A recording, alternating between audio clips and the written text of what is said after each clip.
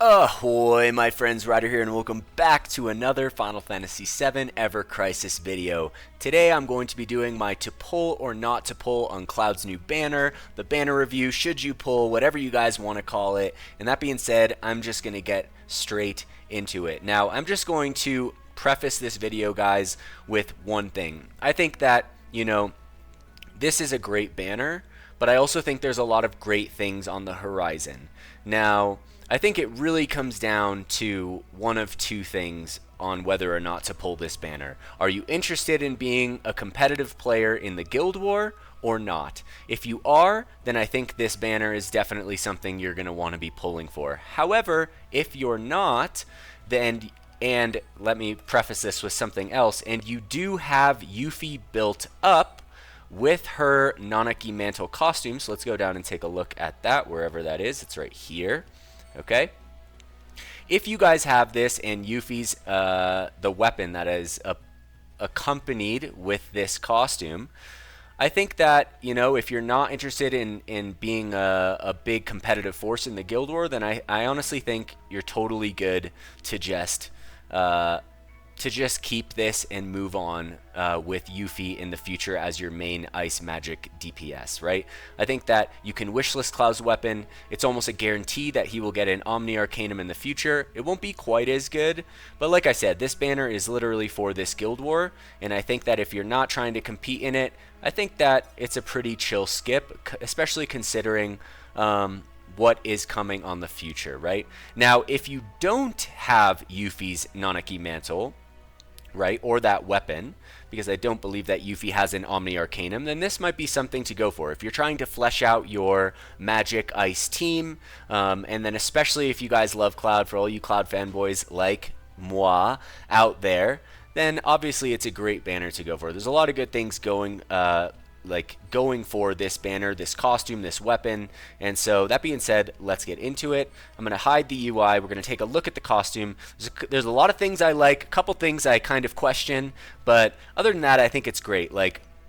This looks like something that more or less I would wear. Like I said in my previous video, I rode motorcycle for 10 years. I was a little bit bummed to sell my Gixxer 600 before, I left my home to come out on this adventure and finish the book series that I've been working on. And I do miss wearing a leather jacket with the padded elbows and the shoulders. It's just a nice feeling. Plus, riding a motorcycle is just a beautiful thing. It's a great thing. In a big city like San Diego, it's rough, but Cloud rides motorcycles, and I think that's one of the reasons that I really love him. Other than that, the weapon itself, also pretty sick, guys. This thing is gigantic. It kind of has that bandage sword vibe going on. It reminds me a little bit of that weapon. Not quite sure. I guess it's I'm not quite sure what exactly is going on with the top of this weapon with all this piping. And it looks like it has a little fan right here, which is pretty crazy. But all in all, I think it looks pretty sick. I like the kind of colored gleam on the weapon as well. You can see that it has that nice edge on it. And it's got I guess this is supposed to be a kanji written in a choreographed style. Just so you guys know, there's actually a belt system in Japan for writing the characters. One of my friends is a 7th degree black belt in writing these kanjis. His name's Koji, and yeah, it's pretty interesting. So you get to be able to draw them like that. But other than that, I feel like the costume is really cool. The one thing I don't really like is this little fanny pack he's got going on right here. First of all, I guess on a motorcycle, you'd be sitting right up above you. You're not really, especially on a quick bike, you're more leaned forward. But I guess he could have his little potions in there, his extra materia, etc. It's nice that he's got actual boots on and not sneakers. I would have been ripping that apart. But other than that, I think it's a pretty cool costume. I like the vibe overall, and it's nice to get something cool for Cloud. So for me, it's definitely a thumbs up.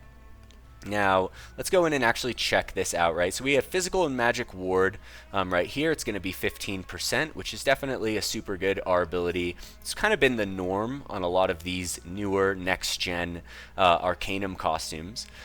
And then you get the Frost Spell Arcanum with the HP plus right here. So you get the physical magic defense plus the HP percent plus the ice ability damage plus 30% plus the attack stance command gauge magic ability damage plus 20%. So all in all, absolutely savagely strong costume. However, the question remains, if you have Yuffie's Nanaki Mantle with that weapon at OB10, you know, she has exploit weakness, right, from especially her latest weapon, which works with magic.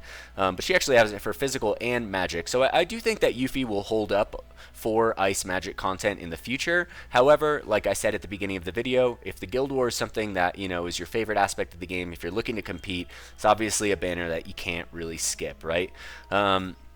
So, man, it's nice to see Cloud smiling right there. So, all in all, I think it's great right here. The question is, yeah, like I was saying, do we need it now or for future content? And I do think that Yuffie will hold up in the future, especially as of right now. Cloud does not have a solid ultimate weapon, so that is quite a detrimental setback to him as a DPS. But on the positive side, it is only a matter of time until he gets his ultimate weapon.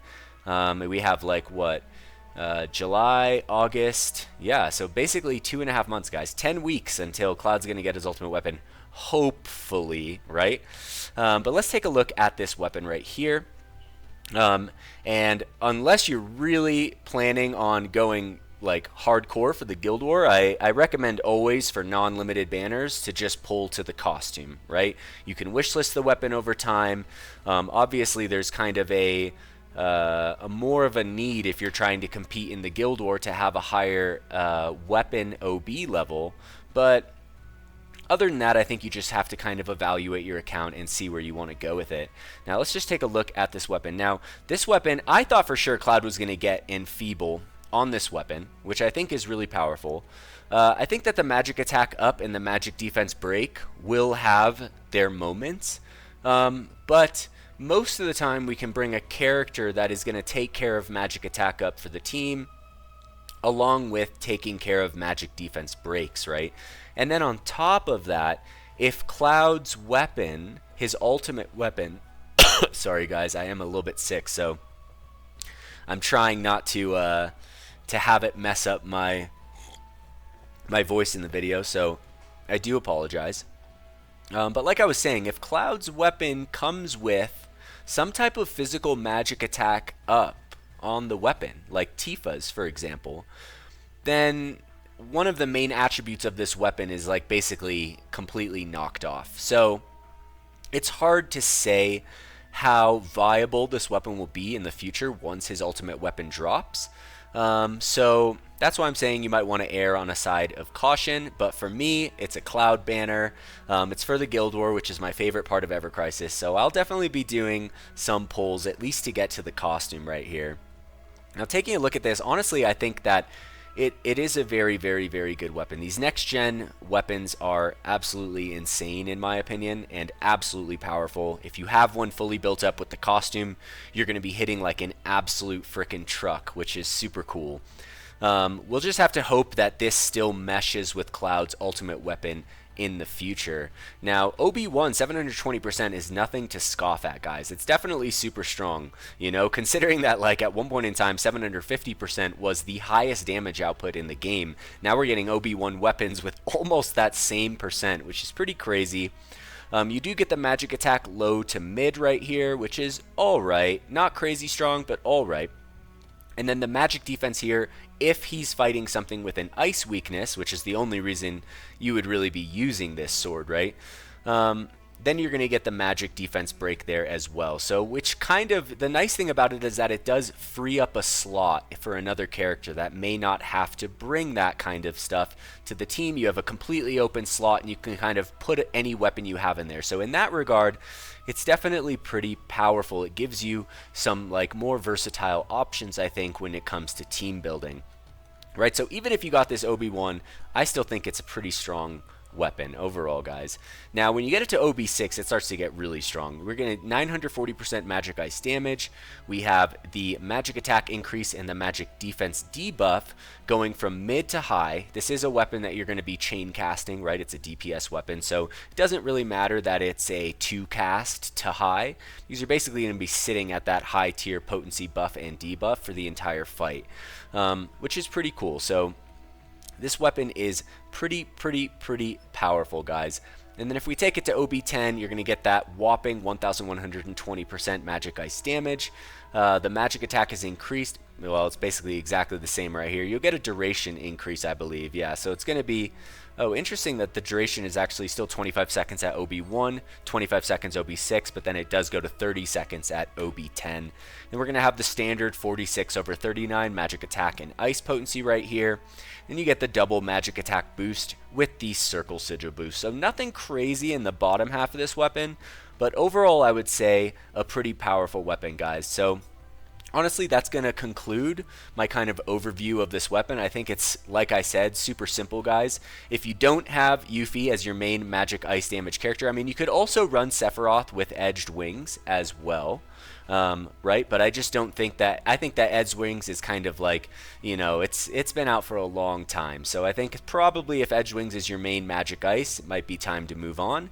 But if you do have Yuffie, I think, and you're not looking to be super competitive in the Guild War, I think that it's probably a pretty easy skip, especially considering that Cloud does not have his ultimate weapon yet.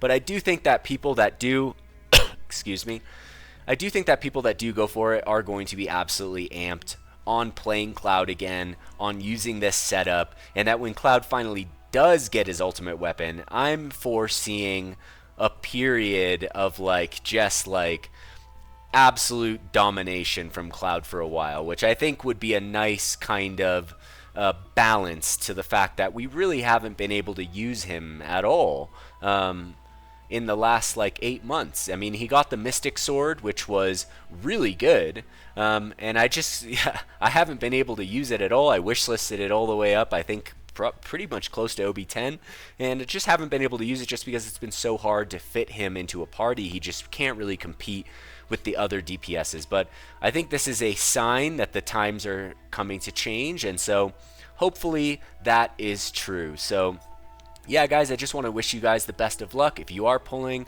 If you're deciding to hold off, if you're going to stick with Yuffie, I also think that that's a totally fine decision. We have Dragon Quest in August, and we have the 2-year anniversary, which is going to be September 7th for Ever Crisis. And yeah, so I think that, you know, saving for anniversaries, in my opinion, is never a bad idea. But for me, I think I'll definitely be going for the banner. So that being said, I hope you guys enjoyed the video today. Please let me know if you guys are pulling. I hope you guys get the best of luck, like I said. And best of luck to all the guilds in the game in this coming Guild War. And special shout out to the Curseborn Alliance. May you guys fight strong to the end. That being said, I hope you guys enjoyed the video. If you did, please don't forget to drop a like, subscribe to the channel for more Final Fantasy VII Ever Crisis content. Catch you guys on the next one. Peace.